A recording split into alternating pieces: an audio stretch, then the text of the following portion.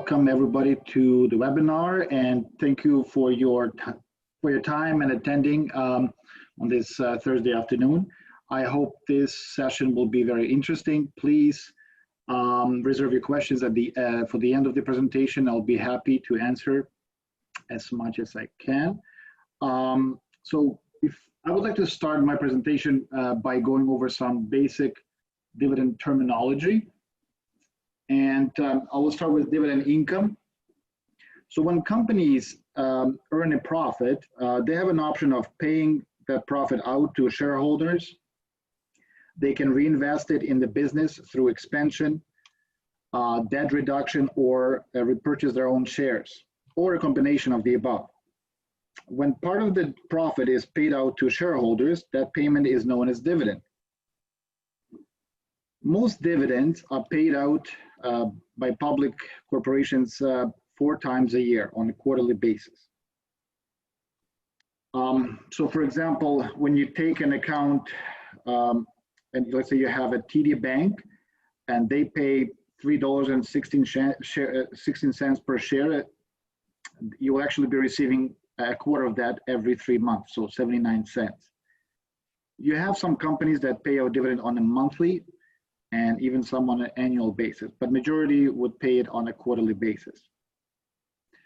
Now, another concept I would like to present is yield on cost, and it's a measure of dividend yield or dividend rate, and you calculate it by dividing a stock's current dividend by the price initially paid for the stock.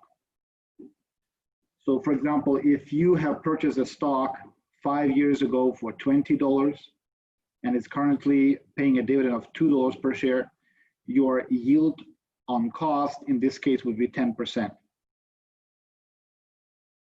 Finally, I would like to talk about dividend payout ratio, and that's a measure that shows the percentage of net income that is paid out in the form of dividend. And this measure is interesting to know because you would be able evaluate if the company is able to sustain its dividend, and then you can compare it to other companies in the same sector, same industry. So when you find that a company dividend payout ratio is very high, that could be an issue if there's a slowdown in the economy or in the sector. There's few things that you would need to consider when you evaluate companies' payout ratio. One is how predictable are their cash flows. So a company with stable cash flows would be able to pay higher dividend or have a higher dividend payout. So if we take, for example, a utility, their cash flow is fairly predictable, but when you compare it to, let's say, a mining company, their cash flow is much less predictable, and therefore they might not be able to afford a high payout ratio. Also, you want to look at the company's financial leverage, and a company, and basically that means how much they have in debt, how much they borrow to finance their business. So a company with a lower financial leverage should be able to have a higher dividend payout ratio than a company with a high leverage. So investors should be cautious when they deal with companies with high financial leverage, when they evaluate their ability to fund future dividends. Finally, you want to look at capital expenditures of the company. So a company that has very high capital expenditures, they would usually have a lower payout ratio because they need to spend cash flow on those capital investments. Currently, we have a low interest rate environment, as many of you know, and more investors are looking to increase their income, and dividends can serve that purpose. And that's true not just for individuals who are looking to finance their retirement needs, but it's also important for large institutional investors like pension funds, insurance companies. The next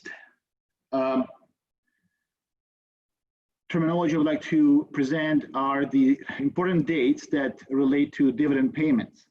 I'll just go over the dividend process, which usually starts by a declaration or approval by a company's board of directors of the dividends.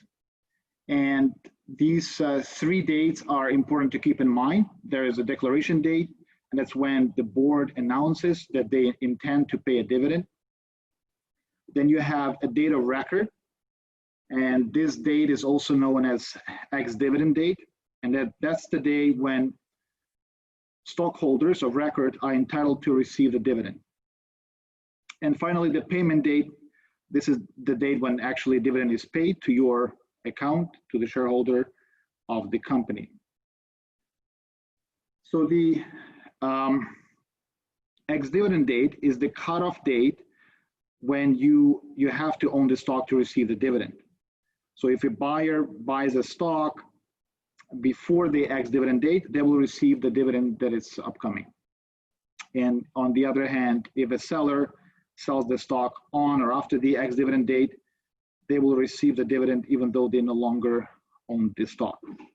So something to keep in mind when you deal with dividend investments.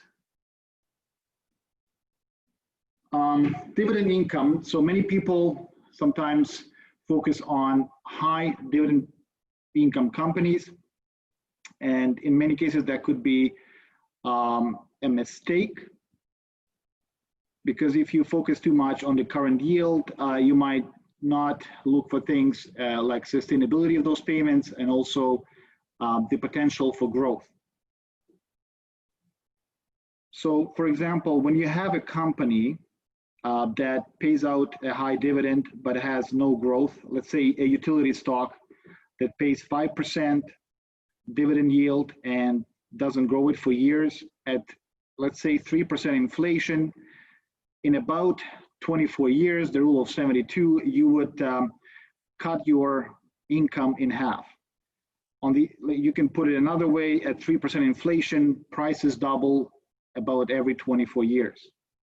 So if the company doesn't grow their dividend, that income will stay the same for all these years, although the purchasing power will decline steadily. So sometimes it's better to focus on a company that might pay a lower dividend, but has a decent dividend growth. So if a company can grow their dividend at, let's say, 10% average annually, in about 7 years, you double your income. This slide shows the importance of dividends. So there are 2 potential sources of return for stocks. You have price appreciation, also known as capital gains, and you have dividend income. Dividends tend to be much more predictable, a source of income, than capital gains. And we have also companies that do not pay dividends at all. And so dividend-focused investing strategies invest in dividend-paying companies. There's many companies out there that pay dividends, and you have them in all kinds of industries and sectors, so you have a lot of opportunities for diversification. Historically, dividend income accounts for about 60% of the overall return for North American equities. When you look at very long terms, like over 20 years. And sometimes when you have a sideways market, like we had the first decade at the beginning of this century, dividends could account for 75, 100% of the actual overall market return. And so this chart shows that as you increase the time horizon, dividends play more and more significant role in terms of contribution to the overall return on your investments. Here's another chart that shows the importance of dividends, and specifically companies that grow and pay and grow dividend over time. You can see that the historical return is staggering for dividend paying companies and dividend growing companies if compared to those that do not pay dividend or those that cut dividend. Like the blue line, for example, the Dividend Growers and Initiators line is, up at almost 10,000, where Dividend Cutters at $79. So basically, definitely you want to focus on companies that not just pay dividend, but grow dividend over time as well. And finally, on this chart, we have representation of dividend contribution when you reinvest them over time. This is based on the returns for S&P 500, which is the benchmark index for the US market. And it also shows that over a long period of time, and that usually, if you give it enough time, 10, 20, 30 years, you can see that dividend reinvestment contributes substantially to overall results. And you don't see it initially when you look, for example, on this chart in the first 10 years or so, dividends do not really play a major role, but over time they basically dwarf the return on just the index. Now let's shift to dividend taxation. One thing that investors need to know is the tax integration system in Canada. And this system achieves similar tax rate for different type of income when it reaches the individual taxpayer level. Dividends, as I mentioned, are paid from a corporation's after-tax profit, meaning that the corporation would have already paid corporate tax on that income. And if the individual receives the dividend income, then they pay tax at their full marginal tax rate. And this way, you would be subject to double taxation. So the government, in order to alleviate that problem and achieve tax integration through their income tax system, they use so-called dividend gross up process, and through which you achieve similar taxation whether you receive it as income through a corporation or as dividends. So the way it's done, the income that, for example, a publicly traded company pays out, let's say it's $100, and that income would be subject to a basic federal tax of 38%. So what you would do when you receive that income, you would gross it up by 38%, and then on your tax return actually show not $100 but $138. Basically, that tries to put you in a position that corporation was before they paid corporate tax. And so in Canada, we have different kinds of income and the types of dividends. You have dividends that are eligible and non-eligible, and also you have foreign dividends. And so dividends that are eligible, usually those paid by Canadian public corporations. So most of your dividends that, when you invest in stocks in Canada would be considered eligible. And then they would be subject to enhanced dividend tax credit. That's a credit that you get when you file your taxes, and that reduces your overall taxation on your dividends. You also have non-eligible dividends. They're also known as ordinary dividends, and they're received from Canadian controlled private corporations, or CCPCs for short. And they are taxed at a different rate because these companies usually have a preferential tax treatment, and they get this small business tax rate.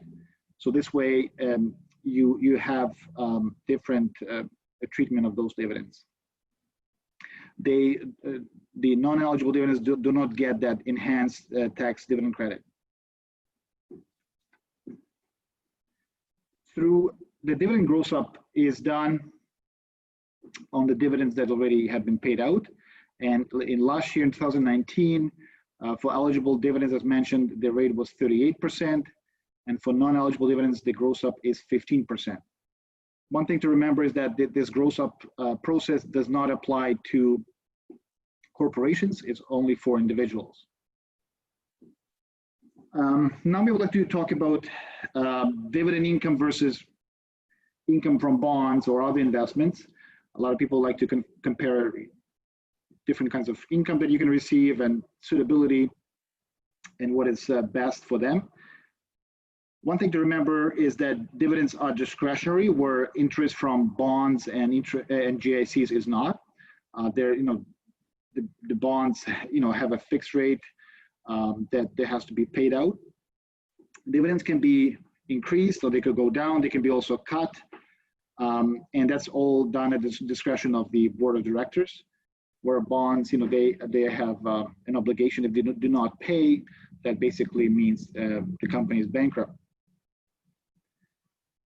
Stocks, unlike bonds, do not have a maturity date, and again, the future value of the stock can fluctuate with the market. You also have a much higher potential for gains with stocks than with bonds. Over time, if companies' fortunes are improving substantially, you take part in those increases as well as a shareholder. Now, in case of bankruptcy or insolvency, bondholders benefit with greater certainty and priority than shareholders. But again, you're not getting any upside participation with bond investments. Finally, I'd like to talk about foreign dividends. And the foreign dividends are treated differently from Canadian dividends. The income from foreign companies is treated as regular income. And when I talked before about the gross up process, it doesn't apply to foreign companies and their dividends. So technically, those dividends are taxed twice at the hands of the foreign corporation initially, and then when the portion of the net income is paid out to you as a shareholder, you are taxed again. You have ability to apply on your taxes, on your tax return for a credit for the withholding taxes that are applied to foreign dividends. And again, that's done at the end of the year when you file your taxes. Thank you very much for your attention. That's all for me. Please I'll ask any questions you might have. I'll be happy to answer them. All right. So thank you, Roman. Like I said, there is a chat box there. I see people have been typing some questions in. So the first one is a bit of a two-part question, and it starts, is it better to collect dividends in cash or receive them as a drip? I mean, if the idea for the investor is to invest long-term and, and continue the growth of the portfolio, it's probably better to reinvest the dividend. That usually, not all companies have that ability. It depends on their policy. Many companies participate in the DRIP program. Sometimes it could be an issue in terms of tracking the average cost if it's a non-registered account when you use a DRIP. But nowadays, I mean, with most brokers would give you accurate information about your cost as it changes over time with the reinvestment of dividends. So, but again, if you are looking, if you need income, then DRIP probably would not be as attractive. You just take the income out as it comes. Okay, and before I go to the second half of this question, someone's asked, can you define DRIP? I think that's a good idea. The DRIP stands for Dividend Reinvestment Program. So that's when a company that participates in that program, they allow the shareholders of the company, as they pay out dividends, to reinvest those dividends into additional shares. Usually that's done the way that you can only buy a whole share. So let's say if you received $100 in dividend and the stock price is $80 per share, you would buy an additional share, and then the remainder $20 would be just paid out to you in cash into your account. Okay, so this is the sort of follow-up to that first question. You know, it sounds like DRIP is better in many situations, but are there situations where collecting dividends in cash would be the better idea?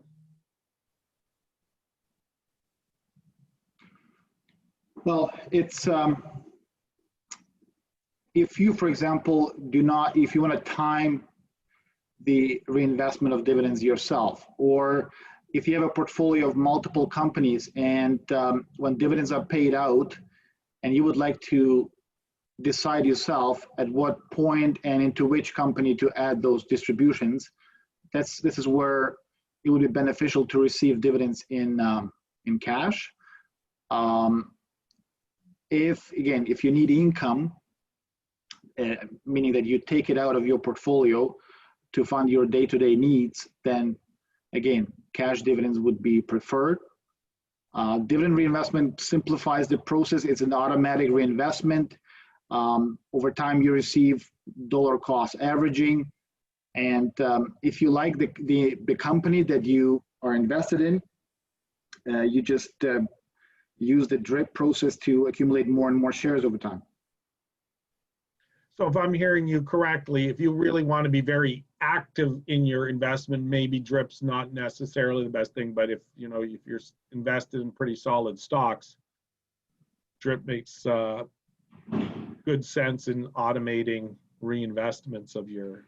Yeah, I mean, if you, let's say, have a company, like say Royal Bank of Canada, and that's something you want to hold for decades to come, and as they distribute dividends and you just buy more and more shares, because if you really like the investment and your intention is to be in this company long term, then it just simplifies the handling of the cash that is coming out every quarter.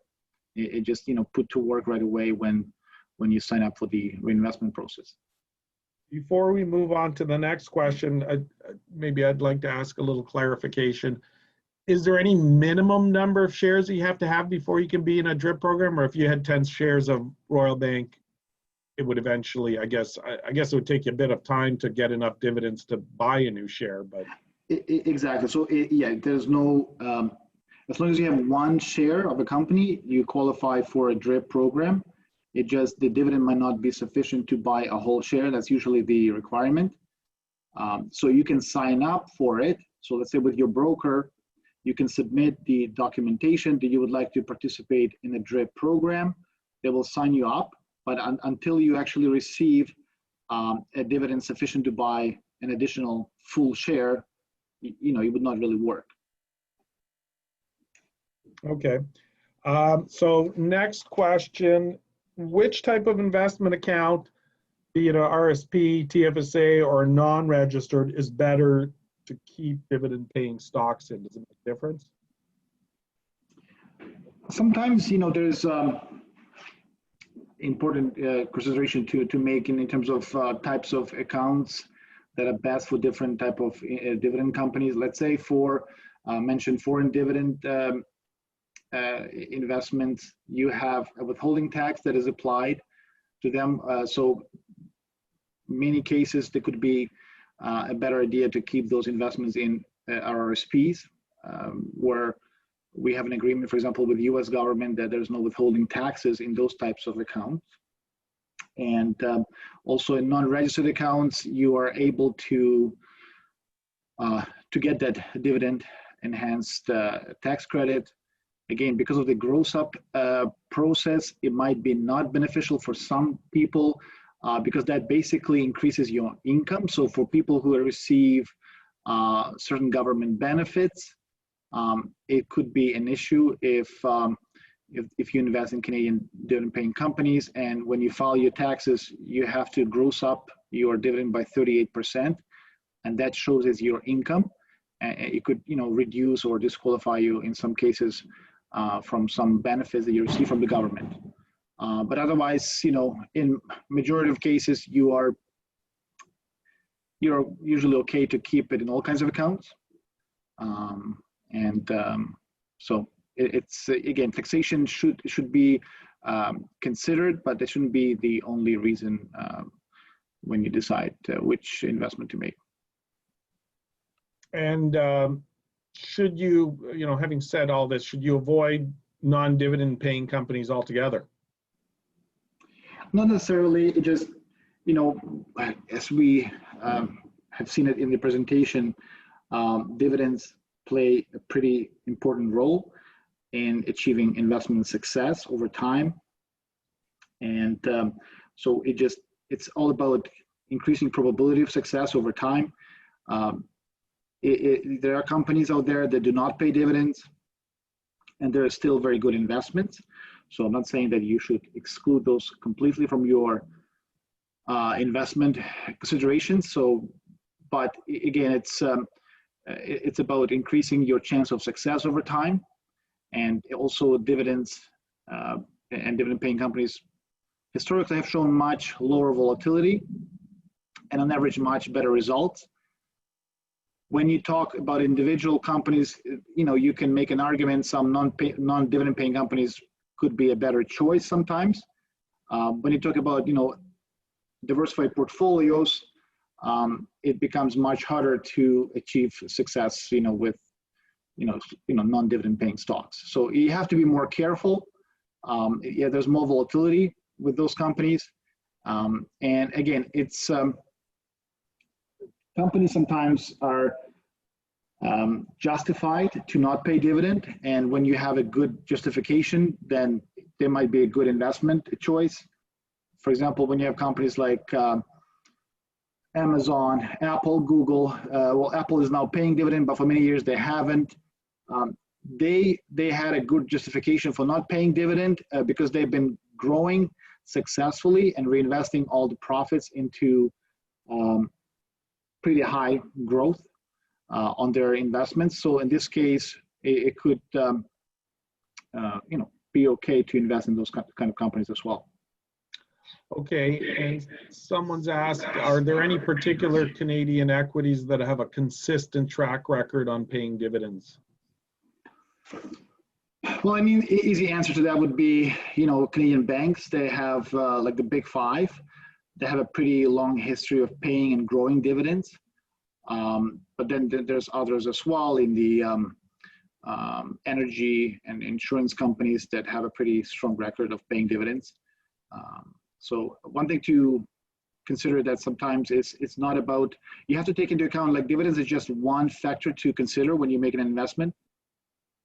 You have to make sure that, the markets is trending up. You have to consider that this, the merits and benefits of being in a particular sector or industry. So if you have for example, a company that has a long history of paying dividends, but it's an energy company and there's a expectation that oil or gas will be going down for years and years to come, it might be harder and harder for this company to grow or pay dividend over time. So you have to take into account other factors as well. It's not just about historical dividend payment history. So you want to also make sure that you are in the right sector that is healthy, is growing. It doesn't mean they will not go through occasional bumps, but it's more about long-term sustainability and health of not just one particular company, but their industry and the sector. Okay. Now, we still have a couple of questions left, but we also have some time. So if you want to ask a question, please type it into the chat box. We have a question here that from a taxation perspective, does the dividend gross up cause a problem for investors? And I believe that the question is especially concerned about OAS, the old age, whatever the S stands for. What does the S stand for? Security. Security, that's it. That's why I'm not the investment advisor. Anyway. Well, the old age security, again, you have to be at a pretty high income. So it does affect only a few people, but those that are affected need to pay attention to the gross up process because it does increase your overall income. And then again, I don't have the exact numbers in front of me, but I think you have to be over 65,000 to start losing some of the old age security income. And then once you get over, again, these are the approximate numbers. I think you have to be like over 115,000 in retirement income to lose all of your older security. Again, it's very few. I think it's only 1 or 2% of Canadians are in that situation. But again, those that are should pay attention to the gross up in dividend income. should we be so lucky, right? Yes. But for those like me, can you kind of do a Cole's notes of what gross up means? So the gross up is the process on your tax return when you gross up or increase your actual dividend from a Canadian publicly traded company by a certain percentage, which is 38%. And then you would also qualify for a dividend tax credit, which would effectively reduce your overall tax or return taxation of the dividend. So dividends are actually fairly tax efficient, depending on your marginal tax rate. They usually would be about, for most people, half the rate that you pay on your interest from bonds and GICs. There's actually an interesting fact that if you have no other income in Ontario, but dividend from publicly traded companies, again, I don't have the exact figure in my mind, but it would be, I think, around $42,000, $43,000 you could receive completely tax-free. And again, it's because through that dividend tax credit process. Few people have that situation because you need to have no other income but dividend income. But again, it's possible to have that much income and not pay a tax. Okay. And I think this is the last question at the moment. If the stock splits, what happens to the dividend? Does it get lowered, raised, stays the same, adjusted somehow? What happens? Yes, it would just be adjusted accordingly to the split of the shares. So if shares split 5-for-1, then dividend will be split 5-for-1 as well. So they wouldn't necessarily change what they're paying out. It's just that you get less per share.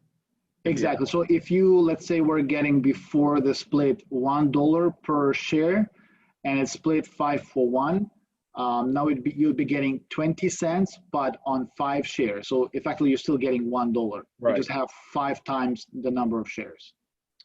Okay, so that looks like it for the questions. I'm going to repeat again. If anyone wants to ask any more questions, there's Roman's contact information, his phone number, and his email address. He's available anytime to Monday to Friday to give him a shout, have a chat, see if he can help you out a little bit. And anyway, thank you very much, Roman, and thank you to everyone who joined us. Hopefully this was of value to you. We have been recording this, so we'll put it up on YouTube likely early next week, so that if you've missed anything or you want to re-listen to it or you want to share it with someone that you know, then it'll be on our YouTube channel. Okay, thank you very much. Have a great rest of the day, everyone. Thank you, everyone. Bye, Yuri. Bye.